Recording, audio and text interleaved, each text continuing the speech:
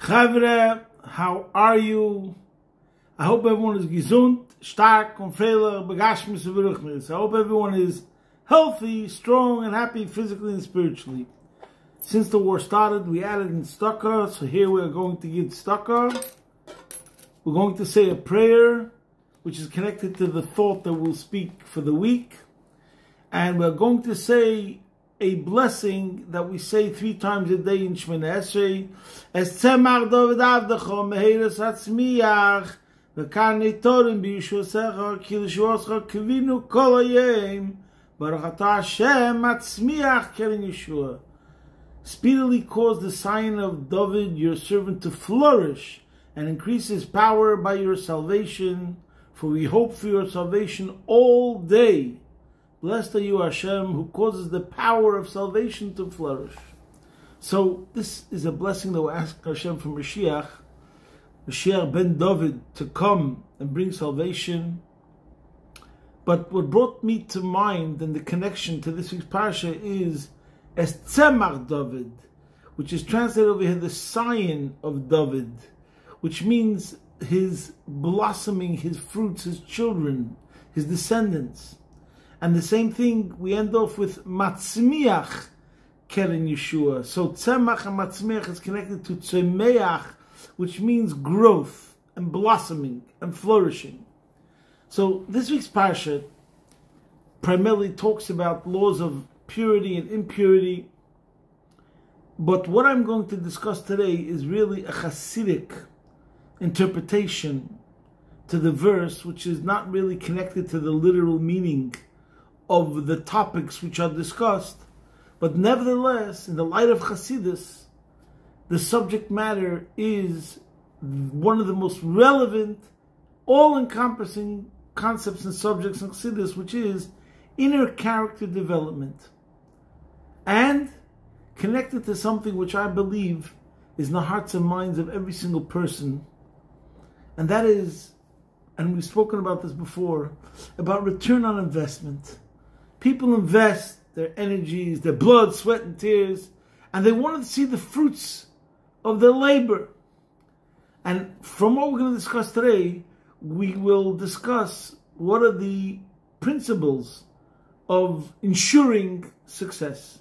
So first, obviously, let's connect it straight away with the beginning of the parsha. This week's parsha is Tazria Mitzorah, and it starts off, Tazria Vaydaber Hashem al Moshe leimer. Hashem spoke to Moshe saying, Daber al bnei Yisrael leimer, speak to the Jews and tell them, Isha ki Tazria, if a woman will conceive, v'yolda zachar, and give birth to a male child. So, for those who have studied Chassidus, we know that this pasuk is referring to Isha goes on a Jew, Knesset Yisrael. Hashem is compared to the husband, and the Jewish nation is compared to the wife. So what the pasuk is telling us is what we have to do. In one of the most famous Maimorim of the Alter Rebbe, one of the first things a Jewish child learns, a Hasidic child of Chabad learns, is the Maimorim that talk about something called an arousal from above and an arousal from below. That when you get an arousal from above, latch onto it, grab onto it, don't let it go to waste. And that's what this pasuk of our parsha is telling us. Isha, when the Yid, Kisazriya, when they will receive and absorb that arousal from above, internalize it, integrate it properly, then v'yolda zacha, you will give birth to proper emotions that will be stable and sustainable and will last. So that's the way Chassidus interprets this verse. But let's go back for a second and talk even more general, how it fits beautifully with right now we're in the first week of the month of Iyar, and Chassidus talks a lot, and I'm sure we spoke about this before. One of the most famous Maimorim is the Maimor of Svartim Tovshi Yud Aleph from the Rabbi. And the Rebbe over there talks about how the month of Nisan was primarily a month that represented help from above. Hashem took us out of Egypt. So we were saved. by Hashem. There was a divine intervention. But then comes the month of Iyar, which represents, as it's explained in that discourse, first is Moshcheni, that's Hashem drawing us to Him, but then comes Acharecha Nerutza, our work in following Him. And that's primarily in general, the work of the month of Iyar is our work, how we're working on ourselves, that it should come from within. And this is the general work of the every single day of Chodesh Iyar. And then comes Matan Torah in the month of Sivan, which is again a response from above. So in other words, this month, the month that we're in now, the focus is on self-awareness, an accurate self-awareness of who you are, and then working on ourselves to have a makeover. So for me personally, this is a very exciting time of the year where we analyze ourselves. Every night we count another sphira, which is another character attribute in ourselves, and we think about what that character attribute is and how we could improve it and make it better. So therefore now we see perfectly the connection of the month this week that we started, Iyar, which represents our refinement, how we're working on ourselves. And together with that comes the message immediately from this week's Parsha, Isha, when the person from below, Ki Tazria, will work on himself and absorb it properly, then V'yolda Zachar, she will give birth to the emotions. Now, one more thing has to be said, everyone knows, I am a Chabad Chassid. I try to be. And for those who have studied the Hasidic movement, starting from the Baal Shem Tov, and then there's the difference, the distinguishing contrast between Chabad and all the other Hasidic movements. So, just so you should know, the true difference is that Chabad believes in every single person going on their character development therapy, meditation. That's what Chabad is. The three intellectual attributes, Chochmah, Bina, Das. I'm not going to elaborate now. And the system, see Tanya chapter 3, which is a side point, just so you should know, that the Tanya, which is the Alter Rebbe's masterpiece, and where he lays down his whole movement and the whole idea behind the movement, the ideology. So we see that immediately at the beginning, already in chapter 3, after he says you have a divine soul, straight away in chapter 3, he describes how the intellect, and this is what's relevant to our discussion here, your intellect is called the mothers, and your emotions are called the children. He calls the intellect the imos, and he calls the emotions the children. So now, what I intend to do is to take what the Rebbe discusses in a Maimer, L'tia Mishakela, where there's a verse in the Torah which says you should not be barren, and you should not have children, you should not have an experience of a stillborn. And he explains in that Hasidic discourse what does it mean in relation to intellect and emotions. And we're going to discuss it here, that this is, according to Chassidus, what does it mean over here? Isha ki Tazria v'yolda zachar. My friend, if you want to see the fruits of meditation, call it meditational therapy, call it cognitive therapy, call it inner character transformation.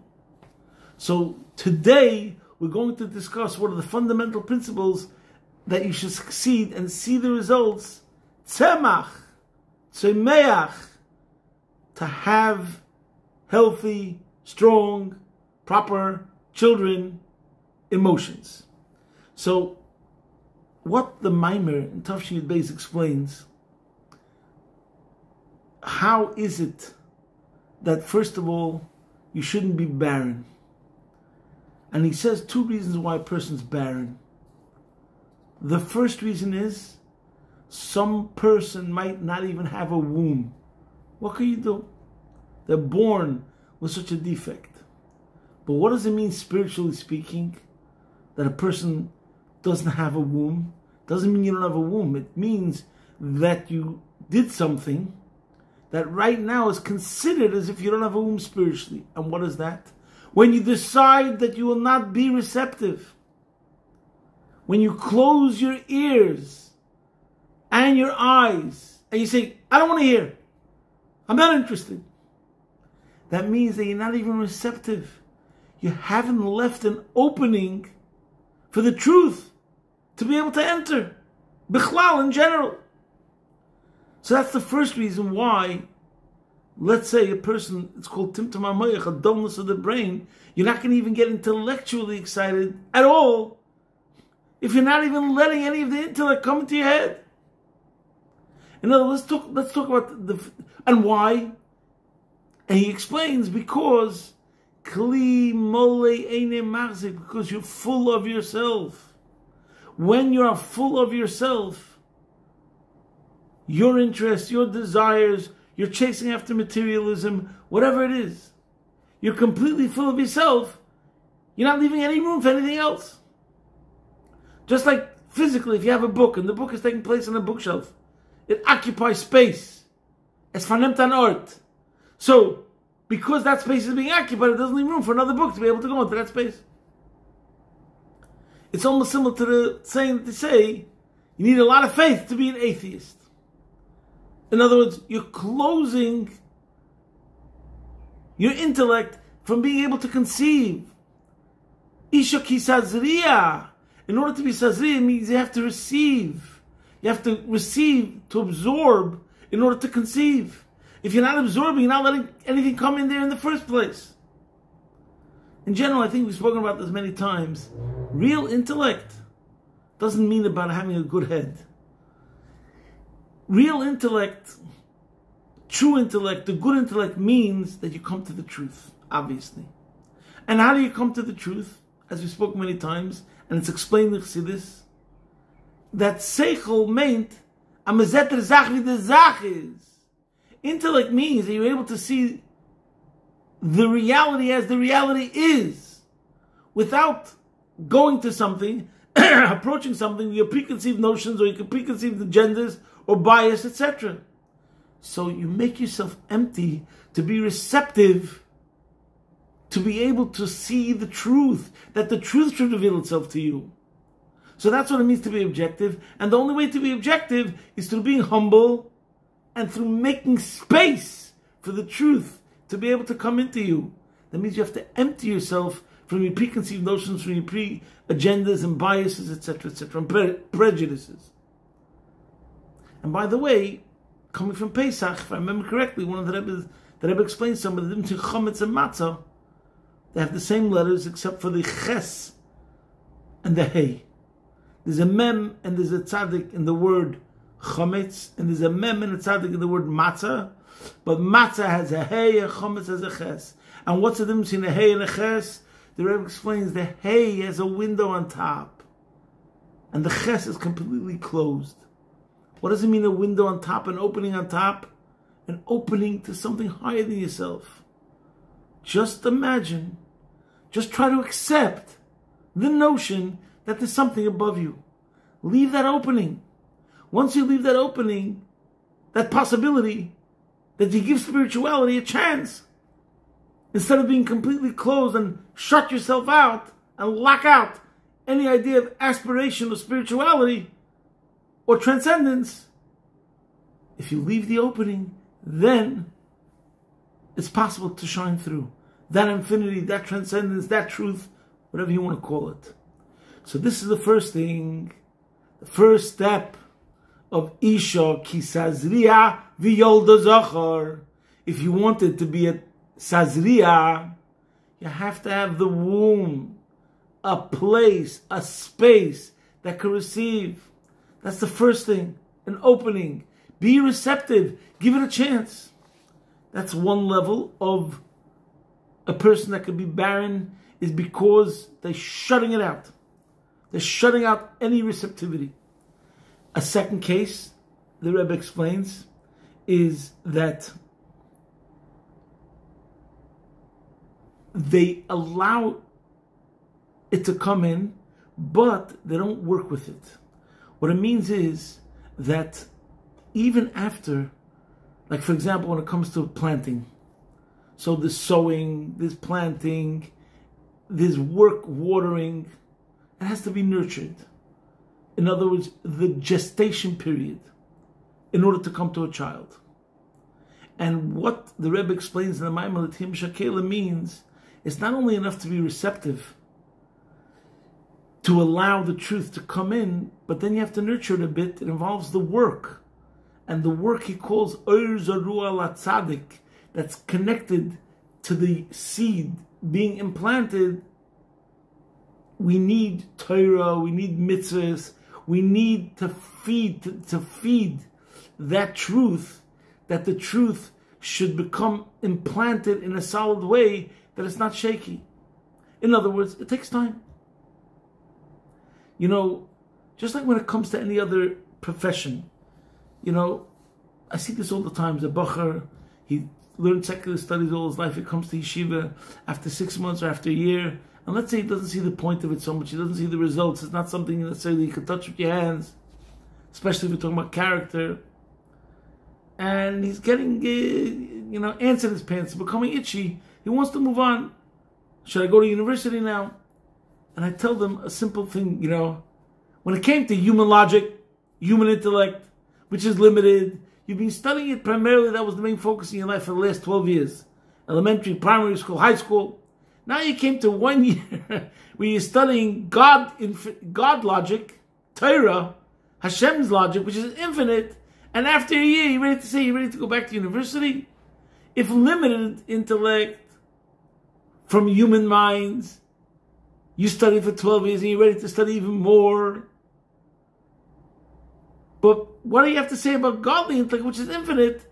If it's infinite, it should take many, many more years and time that you should invest in it in order to be able to fathom it and to begin to really appreciate it.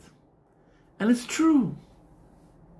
You can't come to start opening up a Gemara, opening up a Maimer, opening up a Chassidus, and learn it for once and then expect that there's going to be a lightning, and there's going to be an earthquake, and you're going to change overnight. Of course, that's also true.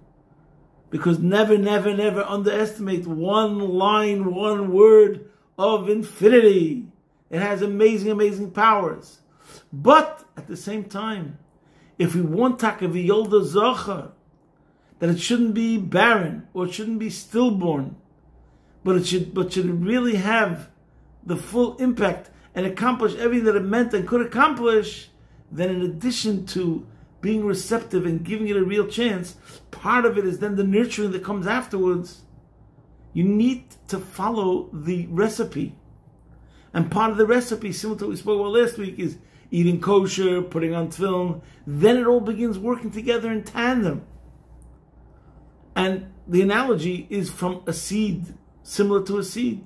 Just having a seed is not enough.